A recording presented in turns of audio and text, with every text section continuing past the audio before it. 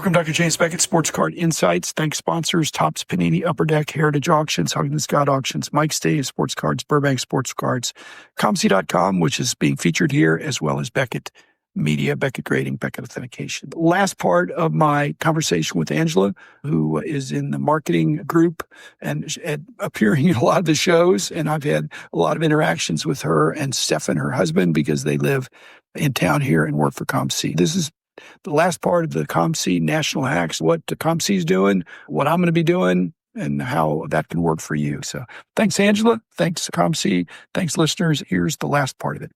Are there daily specials that would be announced? There's more to come. Sure. But there will be some things to consider that'll be There will be national a show, so to speak.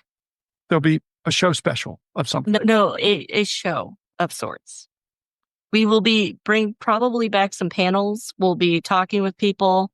There's going to be a whole bunch of education going on at the National this year. It'll be promoted through social media and released and distributed? Yes, but it will be a lot of fun to watch and chill from all the stress of walking around for 5 straight days. So comedy?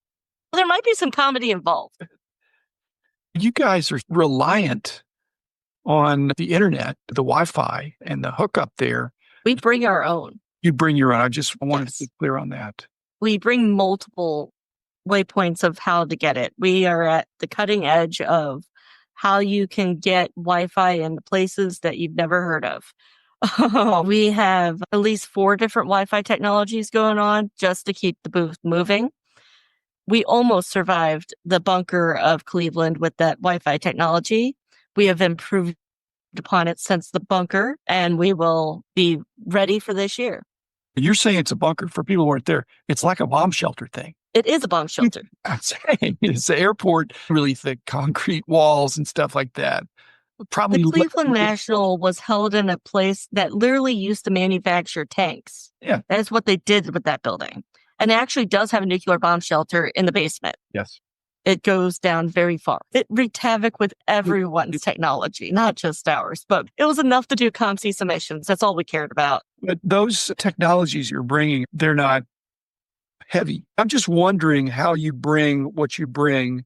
Do you ship it, or do you have an 18-wheeler that takes off from Redmond and shows up in Chicago and takes out all the booth stuff and all the card boxes, and then at the end, you load it up with your pallets of cards that you received and drive them back?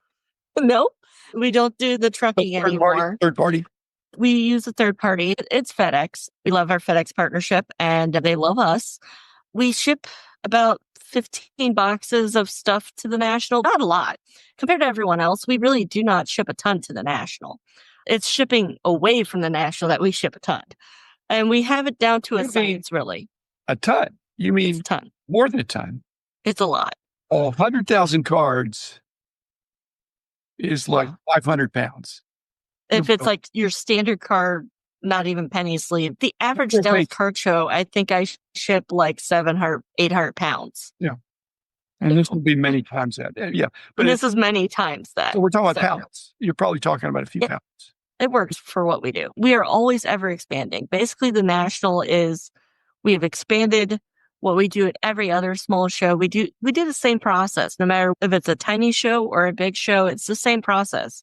And it's very labor intensive, but it gets your cards back to Redmond very safely. And we figured that out. Okay. COMC and Beckett, PSA, there's a number of companies within the industry that would be able to have kind of a metric of how much better the Chicago National this year perhaps will be than the Cleveland, or comparing, because you have metrics. We do. The cards you picked up, the value of those cards, because you put an estimated value on that submission. It's very important to put a real estimated value with COMC. We are not PSA. We are not charging you based off the estimated value. We just want to know, for our shipping purposes, how much stuff are we actually shipping? Well, because we're not asking you to name every card in your batch. Instead, we want you to just give us a number. Right.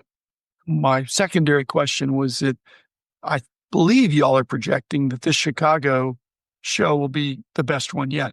It will be. If you go back to the previous Chicago, like even if you go all the way back to Atlantic City, there has been no downtime turn at any one point, all the way up to now. Everyone's a little bit better than the one before. Everyone's better than the last one. Yeah. But I'm saying you're not doing guesswork. You know how many cards, what the value was, all those things. I know all those things. Is it heavy on modern? Not always. I mean, at the National, has At it the National, it's not configuration heavy. changed? There's actually an eclectic mix at the National. The Dallas card show probably is way more modern. That's a lot of modern. Of submissions. So unless I get some crazy things from you. Okay. But there's a lot more modern cards out there than there are vintage cards now. But you don't do anything different. Stefan is just making sure they're packed securely. Yeah, they're packed securely. We have the numbers of this many cards is worth this much money, and they're going to this account, a real-time count of how many cards, because data is important.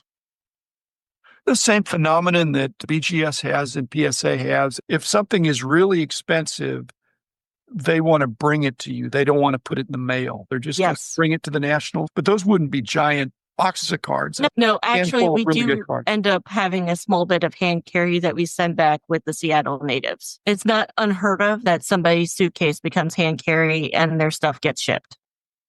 I guess if it wasn't graded and it was an expensive card, you'd really have to pack that really securely. Yeah.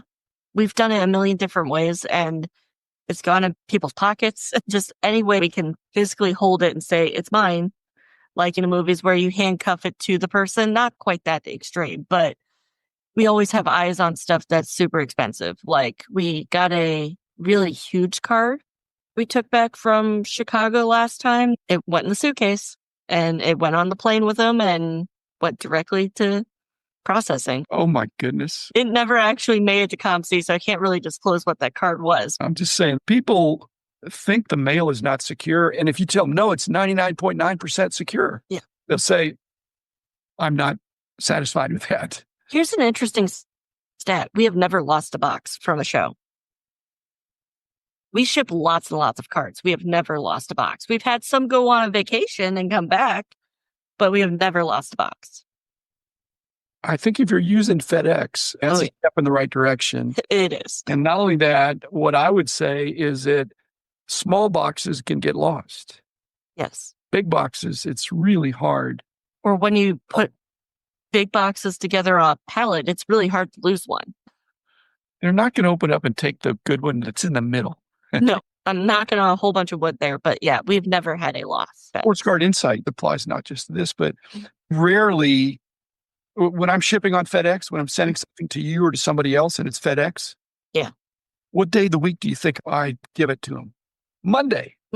I never give them something on a Friday where it might sit around or who knows what's going to happen over the weekend. I bring it on Monday. So it hits the trucks pretty immediately. And then it's always secure. Now, unless a bridge went out or something. And if you show up on Monday before 3 p.m., day one is Monday.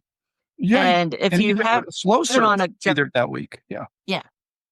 I believe going from where we are to Redmond, it's 3 days. Yeah.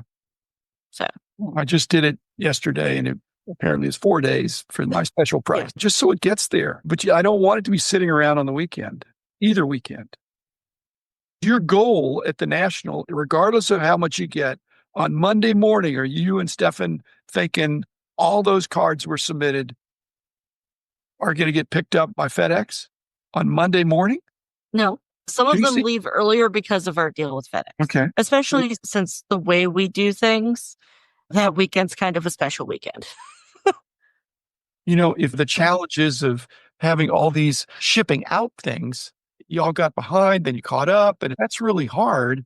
Being in a good relationship with FedEx or other carriers that are going to do their part, that was really important for our business. That it's so when it came and picked it up, it was going to get to the dealers or the collectors, wherever, when it was supposed to. Otherwise, you got people calling you and they want to blame you when you didn't do anything wrong. No. So I'm glad about that. Mm-hmm. One of your favorite aspects of COMC, a show, is the free shipping. No, that's a plus. Another COMC hack. I figured depending on the volume, my shipping out to COMC can be as low as a penny a card. Plus the good customer service. Plus you're putting it in the person's hand and you know it's being taken care of. The other problem is I don't want to take it back on the plane just to mail it out to you. That's why that middle pile needs to be small enough. TSA really does not like trading cards. It depends on who you get. It does depend on who you get. Like sometimes going to a national, I get flagged every time because I have different things that I'm trying to get rid of, or I'm bringing my own COMC submission. And they're like, what is this? Oh, that's my trading cards. I'm going to a trading card convention. They like to look at me because I have a whole bunch of tech and iPads, because all of that Wi-Fi tech at the end of the day fits in a carry-on suitcase. So it makes it really easy to bring it from one place to another. Okay, if you're working the booth, and this would go for all the people that are there, do they have 80-20, 80% of the time they're behind the booth, 20% of the time they can roam around and enjoy the national, or are they on the clock the whole time? It depends on the year, to be honest. It's really crazy. It can get very crazy very quickly, and that is one of the problems. We try to let them go early in the morning or late in the evening, because we're not going to take submissions like within an hour of close the show, because we really want our people to go out and have a little semblance of fun here as a thank you for dealing with all of the things that the National has to offer. So, do employees at COMC have to competitively position themselves to go to the National, or is it a plum assignment, or is it something that people think it's a lot of work, or do they think, wow, I really hope I get selected to go? It's an honor to be selected. Yeah, I think that's the way we wanted it to be too. Mm-hmm. To go, that's because we want you to be there. It means you have a special skill that I need on the team, because everyone at the end of the day has an oar that has to row the boat. There's no going without having an oar. We really do the National with a team smaller than most corporates our size do.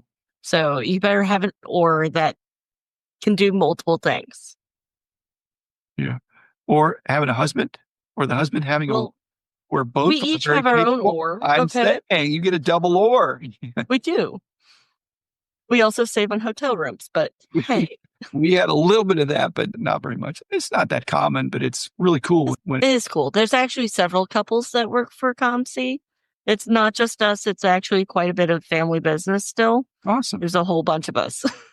The Nationals are going to be amazing this year. You walk in and it's to the right. That was the overflow dealers and the beginning of the autograph signers, I think. Yeah. The main floor just has your very big, like the car companies, Golden and eBay. And that is it over there.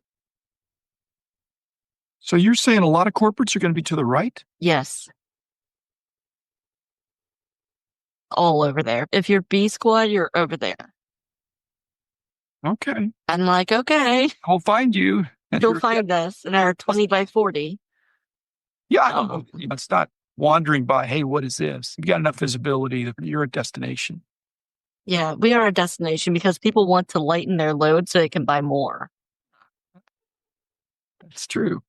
Didn't know you could pull my top loaders for me. We would always be happy to help you, Dr. Beckett. Always.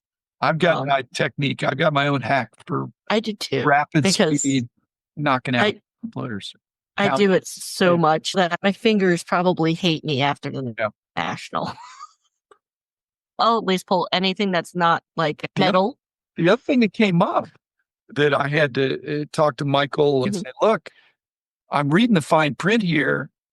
Do I need to go out and buy 1,500 top loaders that just so you can throw them in the trash? No. They said, you could pack them securely. Yeah. I said, yeah, that's a huge expense. It's huge. Especially because that's a non-standard size. It is. And it just says that you get it for free. The way I explain it to people is you can get it for free with Elite if you already have it. If you don't have to take it out is what we're telling you. The top loader removal fee is included in the Elite process. Mm-hmm. You deal in the eclectic stuff. Yeah. It's got to find the right buyer. But once it does, it sells. They say it's low demand, but it's not no demand. I've had things that didn't sell for 7 or 8, 9, 10 years. And then all of a sudden somebody said, hey, I've been looking for those. Well, you're looking for that. They've been there all along. Yes. Or they're like, I see it. I need it. I don't want to pay that much. And then 10 years later, they're like, not such a bad deal.